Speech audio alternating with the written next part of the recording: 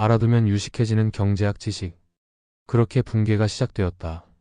2025년 도널드 트럼프 행정부의 관세 인상을 무기로 교역국을 길들이려 하는 가운데 상대국의 관세 보복이 세계 경제 공황을 유발할 것이라는 예측이 있다. 1929년에 경제대공황의 원인 중 하나인 보호무역주의가 다시 발생한 것이어서 그렇게 붕괴가 시작되었다가 관심을 받기 시작했다. 저자 린다 유. 옥스퍼드 대학교 경제학 연구원이자 런던 비즈니스 스쿨 경제학과 겸임 교수이다. 무엇이 경제위기를 불러일으키는가? 존 F. 케네디를 비롯한 미국 대통령들에게 조언을 아끼지 않았던 저명한 경제학자 존 케네스 갤브레이스는 이렇게 말했다. 인간 활동의 모든 분야 중 금융만큼 역사를 하찮게 취급하는 분야는 없을 것이다. 현재의 믿을 수 없이 경이로운 세계를 이해할 통찰력이 없는 사람들에게는 과거의 경험이 기억의 한 부분으로만 여겨져서 원시적인 피난처로만 취급된다. 1929년의 대폭락 이후로 약 한 세기에 가까운 시기는 그 이전의 세기들과 마찬가지로 금융과 관련한 우여곡절이 많이 발생한 것으로 드러났다. 그 시기에 우리는 다수의 금융위기가 국가, 지역 그리고 가장 최근에는 세계 경제를 강타하는 모습을 보았다. 이 책 그렇게 붕괴가 시작되었다 더 그레이트 크래시즈는 그러한 대폭락 가운데 프롤로그와 에필로그를 포함해 총 10개의 이야기를 소개한다. 저마다 교훈이 될 만한 요소를 지니고 있다. 경제학에는 확실한 것이 거의 없다고는 하지만 이 책에서 보여주듯이 앞으로도 또 다른 금융위기는 일어날 것이다. 지금부터 전체 8장에 걸쳐 미래에 필연적으로 일어날 금융 폭락의 피해를 완화할 수 있는 최선의 방법을 찾기 위해 과거의 대폭락들을 분석할 것이다. 지금부터 살펴볼 대폭락 사건들은 저마다 특별한 원인과 결과가 있지만 모두 도치감, 신뢰성 및 그 여파로 이루어진 특별한 단계를 거친다. 때로는 서로 같은 의미로 사용되는 도치감 혹은 과열이 사람들을 앞으로도 시장이 계속 상승할 것이라 믿고서 투자하게 한다. 금융위기에서 벗어나려면 신뢰할 수 있는 정책이 꼭 필요하다. 그리고 도치감과 신뢰성, 이 두 가지 단계가 그 여파를 결정할 수 있다. 그것은 빠른 회복과 장기 침체의 차이를 의미한다. 각각의 장에서는 과거의 정부 혹은 각급 기관들이 이 두 단계에서 어떻게 반응했는지 혹은 반응하지 않았는지를 분석해 최선의 결과에 이르게 한 것은 무엇이고 최악의 결과에 이르게 한 것은 무엇인지 확인할 것이다. 그렇게 얻은 교훈으로 우리가 미래에 어떻게 행동해야 하는지 이해하는 데 도움을 얻기를 바란다. 1930년대 대공황, 자본주의 대폭락의 시작. 1929년의 대폭락과 그 결과로 나타난 1930년대의 경제공황은 사상 최악의 사건으로 여겨진다. 역사를 통틀어 금융위기 연대기에서 특별한 위치를 차지한다. 이 시기에 어렵게 얻은 교훈 중 일부는 이후에 발생한 폭락에서 어떤 정책을 수립해야 하는지를 보여주었다. 따라서 이곳이 우리가 이야기를 시작하기에 좋은 지점이다. 제1차 세계대전 이후 미국 경제는 회복되었고 호황을 누렸다. 전화 및 고속도로 네트워크의 확장, 광범 위한 전력 보급, 자동차의 대량 생산과 같은 혁신의 영향력과 이에 대한 투자자들의 믿음에 힘입어 성장을 거듭했다. 주식만큼 과열 상승은 아니었지만 어쨌든 부동산 가격도 상승했다. 광란의 20년대로 알려진 1921년 8월부터 1929년 9월까지 경기가 확장되던 시기에 미국의 우량주 주가지수인 다우존스 산업평균지수 이하 다우 지수는 6배나 상승했다. 사람들은 도치감에 들떴고 주식시장은 하늘 높은 줄 모르고 치솟았다. 1927년 초부터 1929년 9월까지 주식의 시장 가치는 약 3배나 상승했다. 그러나 호황이 지속될 수는 없었고 한 달이 지나서 주식시장이 무너졌다. 미국 역사상 최악의 금융 폭락이었다. 위대한 경제학자 어빙 피셔는 주식시장이 끊임없이 상승하리라는 믿음에 사로잡힌 적이 있었다. 대폭락 후 그는 이렇게 주장했다. 앞으로 주식시장이 반등해 이전의 최고점을 향해 빠르게 되돌아갈 것이다. 불행하게도 그런 일은 일어나지 않았다. 그는 $10,000,000에 달하는 재산 오늘날의 가치로 약 1억 7천만 달러뿐만 아니라 명성까지 잃었다. 피셔는 주가가 상승할 것이라고만 믿었던 다른 투자자들과 마찬가지로 손실을 만회할 수 있을 것이라는 믿음을 갖고서 주식에 투자하려고 처형에게 돈을 빌렸다. 하지만 그는 손실을 만회하지 못했고 처형이 세상을 떠날 때까지 돈을 갚지 못했다. 1927년 경제는 완만한 침체를 겪고 있었지만 주식시장은 호황을 누리고 있었다. 경제 침체로 실업이 증가하고 생산은 감소했으며 디플레이션으로 알려진 물가 하락이 발생했다. 미국의 중앙은행 연방준비제도이하 연준은 이러한 주식시장 호황을 우려해 1928년에 금리를 인상했지만 이 금리 인상이 차입 비용을 상승시켜 경제 활동을 더욱 위축시키는 결과를 낳았다. 훗날 검은 월요일이라고 불린 1929년 10월 28일 다우 지수가 13% 가까이 하락해 10% 하락을 의미하는 조정 영역으로 접어들었다. 이는 투자자들이 위축되는 경제에 대한 신뢰를 거두고 보유한 주식을 매도하려고 했기 때문에 일어난 일이었다. 검은 화요일에는 다우 지수가 또다시 12% 하락해 약세 장베어 마커 주식 가격이 20% 하락하는 시장에 진입했다. 불과 2주 만에 다우 지수는 거의 50%나 하락했다. 투자자들은 주식으로 보유한 자산의 가치가 반토막이 나는 것을 보았다. 그러나 상황은 더 나빠졌다. 뒤이은 대공황을 맞이해 주식시장은 몇 년에 걸쳐 계속 하락하며 1932년 여름 최저점에 도달했다. 다우 지수는 최저점에서 41.21을 기록했는데 이는 예전에 기록한 최고점에 비해 89%나 하락한 것이었다. 이 지수는 20년이 지난 1954년 11월에 이르러서야 대공황 이전의 최고점을 회복했다. 대공황 시기에 부동산 가격이 폭락하면서 다수의 은행이 파산을 맞이했다. 주식시장이 급상승하는 시기에는 가계의 자산이 증가해 지출이 확대된다. 사람들은 주식 실적이 좋을 때 부자가 된 듯한 기분을 느껴 주택 구매를 포함한 지출을 늘리는 경향이 있다. 예를 들어 맨해튼의 주택시장은 뉴욕의 금융 중심지인 월스트리트에서 지급하는 상여금과 상관관계가 있다. 마찬가지로 기업들은 차입 비용이 하락할 때 위험한 프로젝트에 더 많이 투자한다. 그러나 주식시장이 급변해 자산 가격이 하락하면 경제활동이 위축된다. 가게나 기업은 예전 같으면 추진했을 법한 위험한 투자를 수지가 맞지 않을 것으로 판단해 추진하지 않는다. 원리금을 상환하지 못하는 차입자가 많아짐에 따라 은행과 대출기관이 곤경에 처한다. 이것이 바로 1929년에 일어난 일이었다. 부동산담보대출 연체가 은행 파산의 가장 큰 요인이었고 놀랍게도 1930년부터 1933년까지 미국 은행 중 약 3분의 1이 파산했다. 미국인 4명 중 1명은 노후를 대비해 평생 저축했던 돈을 잃었다. 미국 경제는 29%나 위축되었다. 물가는 약 25% 하락했다. 일자리를 잃은 사람이 수백만 명에 달했다. 미국 노동 인구의 약 4분의 1이 실업 상태였고 많은 사람이 절망에 처해 있었다. 당시 상황은 존 스타인백의 퓰리처상 수상작 분노의 포도에 통렬하게 묘사되어 있다. 스타인백은 이렇게 말했다. 나는 이것 대공황에 책임을 져야 할 탐욕스러운 놈들에게 치욕의 꼬리표를 달아주고 싶다. 그러나 1932년 2월이 되어서야 연준이 경기를 부양하기 위해 현금을 투입하기 시작했다. 이런 양적 완화 조치는 제조업 생산과 상품 가격을 회복하는 데 도움이 되었다. 그해 여름에는 디플레이션이 잡힌 것으로 보였고 연준은 불황이 계속되고 있었지만 경기 부양 정책을 중단하기로 했다. 경기 부양 정책을 늦게 추진하고 조기에 중단한 것이 대공황을 악화시키는 결과를 낳았다. 이는 또 다른 위대한 경제학자 밀턴 프리드먼과 그의 공동 연구자 안나 제이콥슨 슈워츠가 1963년에 출간한 획기적인 저작 미국의 통화사 1867에서 1960에서 내린 결론이었다. 그들은 이 책에서 1929년 8월부터 1933년 3월까지 통화 공급이 3분의 1만큼 줄어든 중요한 사실을 확인했다. 이는 경제활동의 연료가 되어줄 자금이 부족하다는 것을 의미했다. 주식시장과 경제 모두 위기에 처했지만 연준은 통화 지원 정책을 뒤늦게 추진했고 너무 이르게 철회했다. 불황 속의 불황, 더블 딥의 등장. 1933년 3월에는 경제가 바닥을 쳤다. 미국의 새로운 대통령이 특단의 조치를 시행하자 추락하는 경제에 제동이 걸렸다. 1933년 3월 4일 토요일 프랭클린 D. 루스벨트는 대통령에 취임하자마자 한 달에 걸친 뱅크런에 맞서 싸워야 했다. 다음 날 루스벨트는 은행 휴무를 선언하고 은행 시스템 전체와 주식시장을 폐쇄했다. 그가 대통령에 취임한 지 며칠이 지난 3월 9일 연방의회는 긴급은행법 1933을 통과시켰다. 이 법안에는 완전한 예금보험을 제공하는 조항이 포함되어 있었다. 3월 12일 일요일 루스벨트는 미국 국민 수백 명을 대상으로 한 첫 번째 노변담화에서 건전한 은행만 다시 문을 열 것이라고 하면서 국민들을 안심시켰다. 그는 이렇게 말했다. 나는 당신이 돈을 침대 밑에 감추는 것보다 다시 문을 연 은행에 맡기는 것이 더 안전할 것이라고 장담합니다. 미국 국민은 그를 믿었다. 다음 날 사람들은 돈을 인출하기보다는 예금을 하려고 줄을 섰다.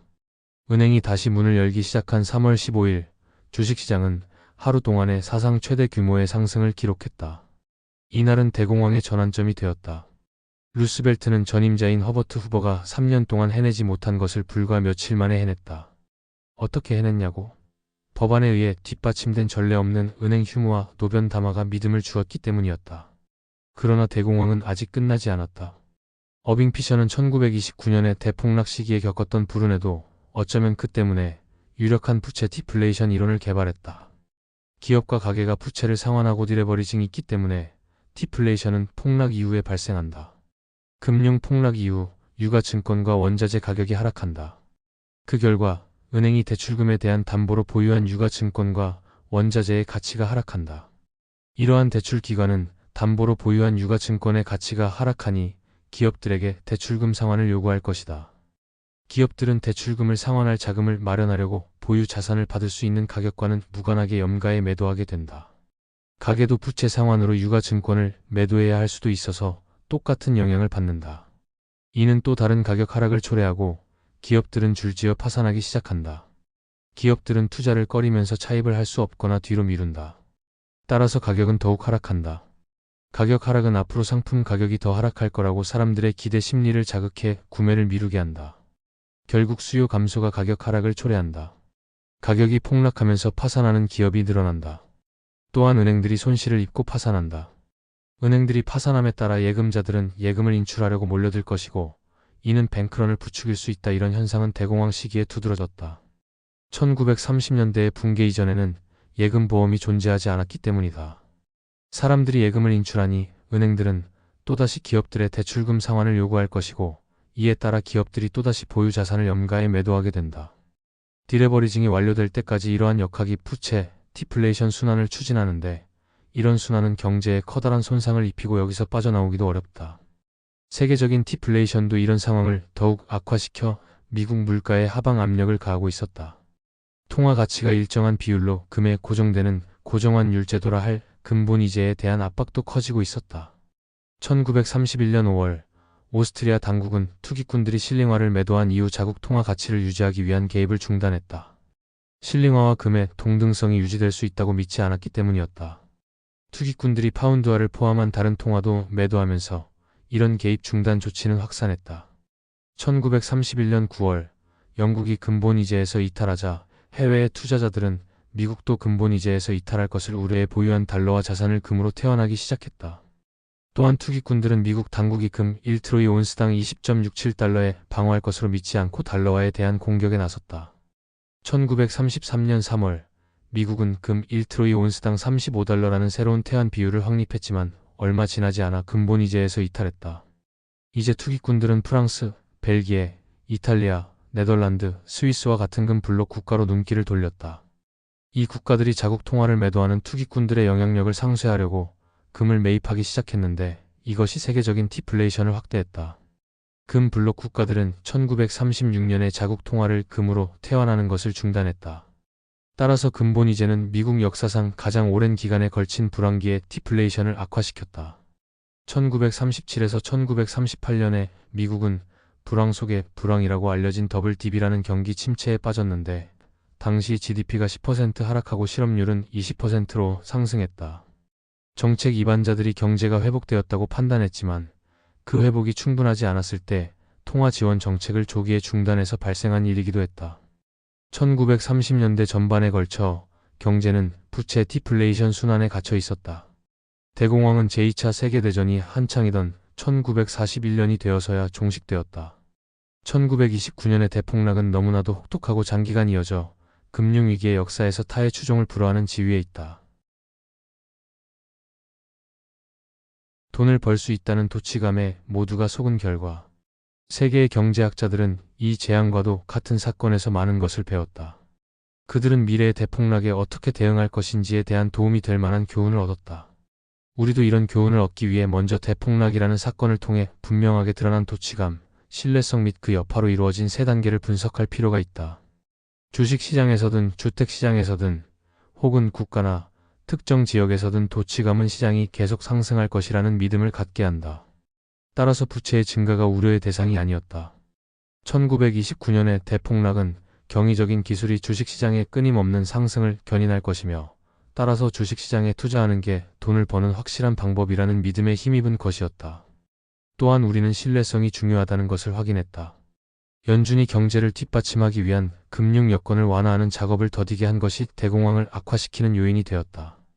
프랭클린 디 루스벨트가 은행에 대한 신뢰 회복에 나선 것이 경기 회복의 출발점이 되었다.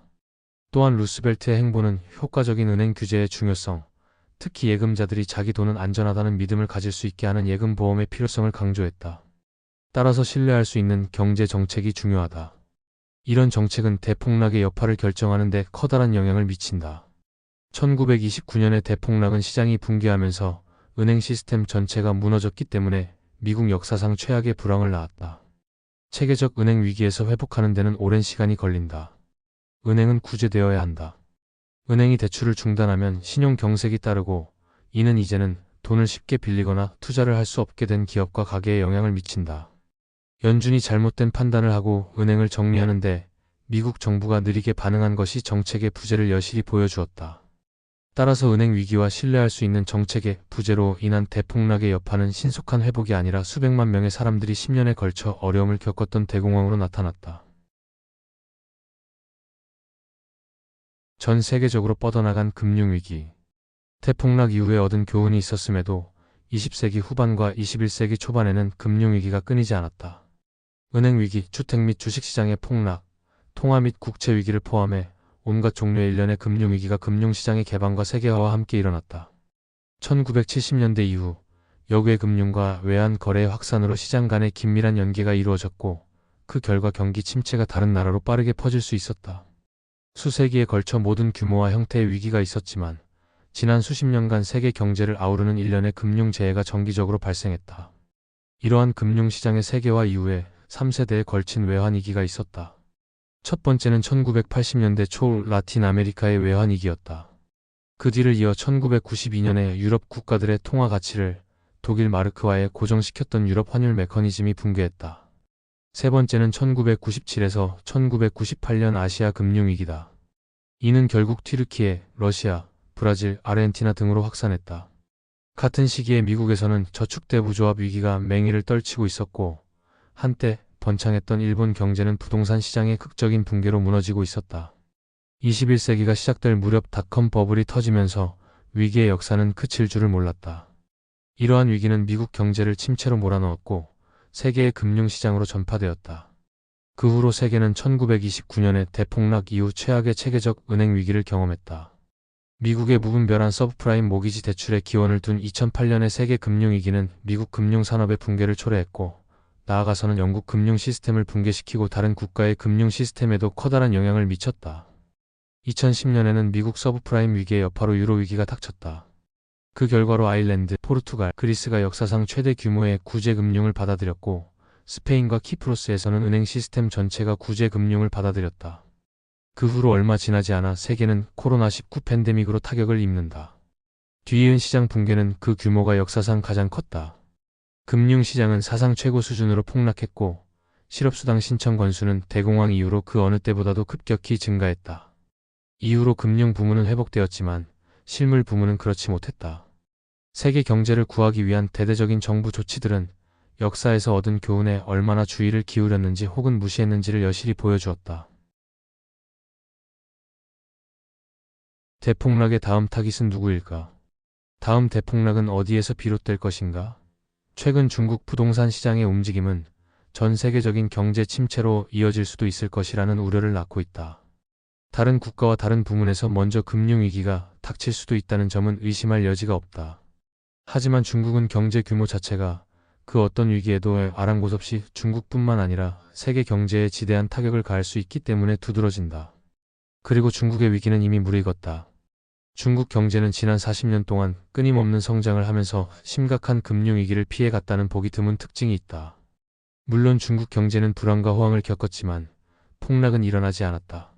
이렇게 된 이유로 국가가 직접 금융 시스템을 장악하고 여러 혜택을 제공한 사실을 들 수 있다.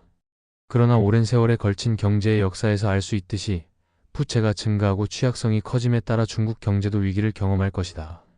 그렇다면 그 위기는 아마도 진정한 대폭락이 될 것이다.